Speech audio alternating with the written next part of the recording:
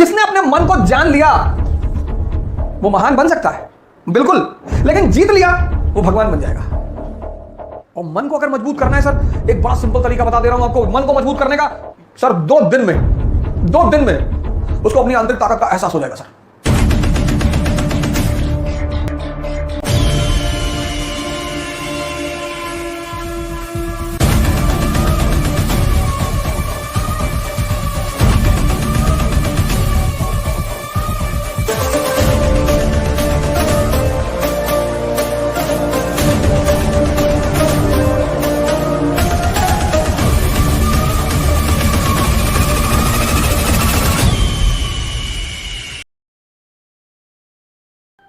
Psychology अभी पैदा हुई पश्चिम में, भारत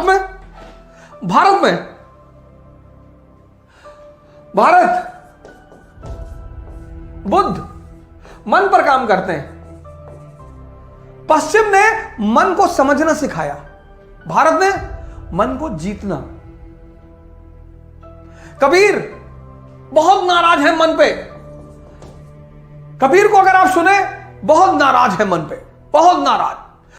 रविदास बड़े मृदभाषी हैं। रविदास कहते हैं मन चंगा तो कटौती में गंगा।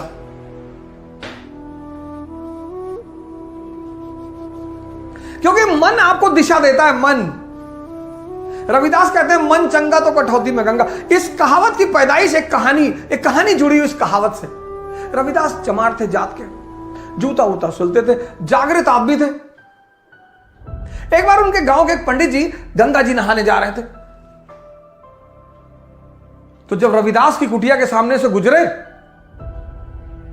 तो रविदास ने पूछा कि प्रभु काशी? बोले हाँ काशी जा रहा हूं गंगा मैया का स्नान करने। अरे बोले प्रभु हमारा भी एक काम कर दीजिए। हाँ पंडित जी ने कहा बताओ। बोले प्रभु हमारी तरफ से ये 1 रुपया गंगा मैया को चढ़ा दीजिएगा। हाँ बोले फेंक दो। फेंक दिया। पंडित जी ने उसमें गंगा जल डाला, रुपया शुद्ध हो गया। वही गंगा जल रविदास पे भी डाल देते, वो भी शुद्ध हो जाता, जब उस गंगा जल में इतनी ताकत है। पंडित जी जातिवाद पर एक दिन लेक्चर लूंगा आपको, भारत में जातिवाद का जन्म और उसका षड्यंत्र, जातिवाद पे लेक्चर लूंगा। तो रविदास ने कहा पंडित जी एक बात और सुन लीजिए। बोले हाँ बताइए। बोले जब आप 1 रुपया गंगा मैया को चढ़ाइएगा तो उनसे कहिएगा कि रविदास ने एक जोड़ा कंगन मांगा है। बोले गंगा मैया से? बोले हाँ। बोले अच्छा। पंडित जी गए, गंगा नहाए वहाए, नहा वहा के पंडित जी को याद आया कि यार रविदास ने 1 रुपया दिया था और कहा था गंगा मैया से हमारे लिए कंगन मांग लीजिएगा। तो पंडित जी ने 1 रुपया निकाला, गंगा मैया पे चढ़ा दिया उस पानी में और कहा कि मां रविदास ने कंगन मांगा 1 जोड़ा। गंगा मैया अवतरित हुई, बोली ये कंगन हमारे बेटे को दे देना। पंडित जी तो टेंशन में आ गए, हम पूरी जिंदगी नहाए, माता जी आप हमसे मिलने कभी नहीं आए। अरे बोले जाओ बाद में बात करेंगे। पंडित जी सोने का कंगन देखे, कहे रविदास को क्या पता चलेगा। पंडित जी ने जाके काशी के राजा को वो सोने का कंगन दे दिया। तो राजा ने बड़ा गिफ्ट उफ्ट दिया, जमीन उमीन तोहफे में दी। पंडित जी लौट आए गांव। बोले पैसा चुमाड़ा चढ़ा दिए रविदास? बोले चढ़ा दिए। बोले कंगन? बोले वो कंगन गंगा में निकल के कंगन देती किसी को? रविदास ने कहा कोई बात नहीं बाबा जी, आप जो कह रहे सही कह रहे। बात आई गई हो गई। एक दिन क्या हुआ कि काशी के जो राजा थे उनकी पत्नी स्नान करने गई गंगा जी, उनका एक कंगन खो गया। आई बोली कि हमको यही कंगन दोबारा चाहिए और यही चाहिए। राजा साहब ने पंडित जी को बुलवाया, कहा ये दूसरा कंगन दिलाओ, यही जोड़ा, यही। अब तो पंडित जी फंस गए, बड़े सुनारों के पास गए। अरे इसका ये मॉडल भैया हम ना बना पाएंगे, है ही नहीं।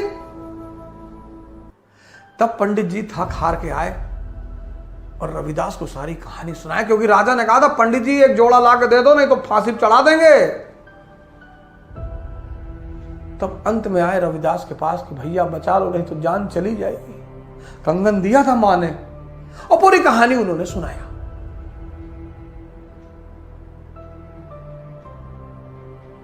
अरे रविदास ने कहा आप चिंता ना करो, राजा साहब को बुला लो, हम कंगन यहीं दे देंगे। कहीं यहीं? हाँ। बोले गंगा जी को हम यहीं बुला लेंगे। तो जो चमड़े का काम करते थे उनके पास कठौता होता था, उसी कठौते में वो चमड़े को भिगोते थे। तो राजा साहब, रानी साहिबा सब लोग आई कंगन लेने के लिए कि वो तो गंगा मां का कंगन है।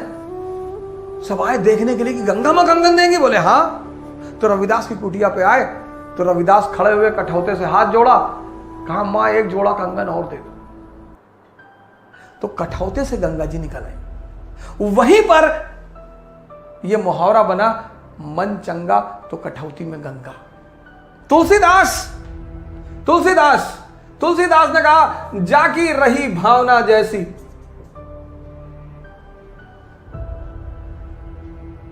हम पश्चिम से बहुत आगे हैं सर, यही डर है पश्चिम को, इसी से डर है, इसी से। क्योंकि जिसने अपने मन को जान लिया वो महान बन सकता है बिल्कुल, लेकिन जीत लिया वो भगवान बन जाएगा। भारत बहुत आगे है पश्चिम से। पश्चिम को पता है कि इस धारा को तोड़ दो, इस धारा को। बुद्ध कहते हैं विपासना, स्वयं को देखना।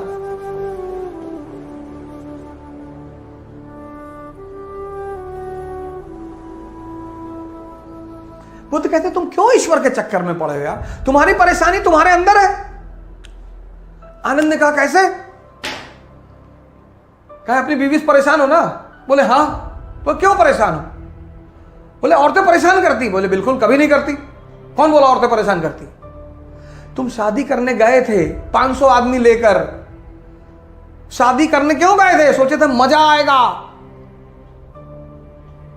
एक ही बात सोचे कि मजा। शादी मतलब जिम्मेदारी, इसलिए शादी के साथ एक शब्द जुड़ा है हनीमून। हनी सन नहीं जुड़ा, मून। 4 दिन चमकेगा फिर अंधेरा। इसलिए जब शादी होती किसी की तो उसे हनीमून पे भेजते कि भैया 4 दिन, फिर लौट आना, काम धंधा है, परिवार है।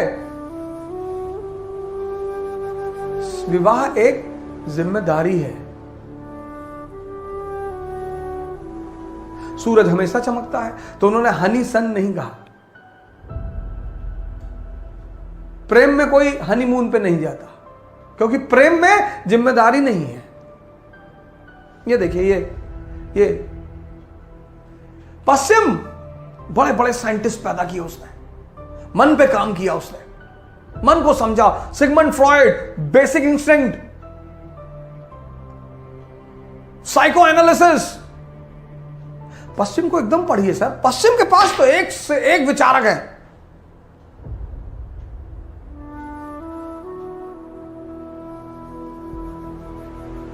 तो आपने क्या किया? ये देखिए, पश्चिम ने मन को समझना सिखाया। ज्यादा साइकोलॉजी पढ़ के कभी कभी लोग पागल हो जाते हैं, ज्यादा समझ जाते हैं। भारत ने मन को जीतना सिखाया। देखिए सारे संतों की धारा। और मन को अगर मजबूत करना है सर, एक बड़ा सिंपल तरीका बता दे रहा हूं आपको मन को मजबूत करने का। योग निद्रा का अभ्यास कीजिए। योग निद्रा जो इंग्लिश मीडियम में है वो टिम रो की योग निद्रा डाउनलोड कर लें। टिम रो, कुछ करना नहीं है सर, लेट जाना है, कॉन्शियस मूवमेंट सर 2 दिन में उसको अपनी आंतरिक ताकत का एहसास हो जाएगा सर। हालांकि शुरुआत में उसे नींद बहुत आएगी। हिंदी मीडियम वाले स्वामी निर्जनानंद का कर लें। हिंदी मीडियम जो हिंदी अच्छी समझ रहे हैं, स्वामी निर्जनानंद मुंगेर से। और जिन्हें हिंदी में दिक्कत है वो इंग्लिश में टिम रो की कर लें। ये कर ले सर, और कुछ करना नहीं है, लेटना है आधे घंटे के लिए। वो निर्देश देते जाएंगे, आप उस निर्देशों का पालन करें। कोई फिजिकल एक्सरसाइज करनी नहीं है। बहुत प्यारी चीज है योग निद्रा सर।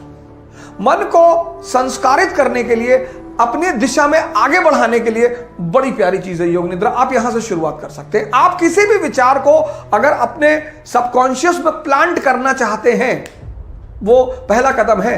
किसी विचार को अपने सबकॉन्शियस में प्लांट करना। आप ध्यान करना चाहते हैं, आपसे नहीं हो पा रहा है, आप योग निद्रा से उस विचार को अपने सबकॉन्शियस में 2 महीना लगेगा, प्लांट कर लीजिए सर। उसका कुछ नहीं करना, वो विचार ही सब कुछ कराएगा।